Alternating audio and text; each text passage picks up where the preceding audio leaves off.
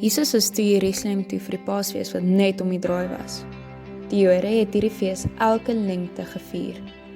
Daar aangekom is Jesus reguit tempel toe.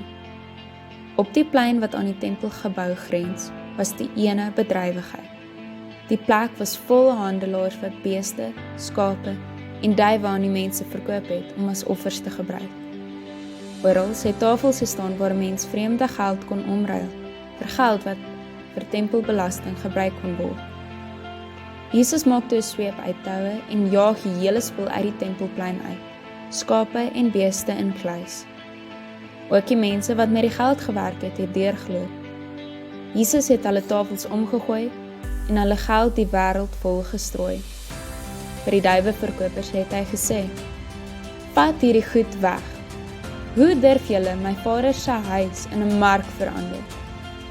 Skielik onthou sy volgelinge wat daar geskrywe staan: "Liefde en ywer vir u huis brand in my soos 'n verterende vuur." Die Jode kap toe terug: "Wie of wat gee jou die reg om hierdie dinge aan te vang? Kan jy iets buitengewoons doen om te bewys dat God jou die reg gee om dit te doen?" "Wel," sê Jesus vir hulle, "breek die laaste klip van hierdie tempel af en net in 3 dae sal ek dit weer opbou."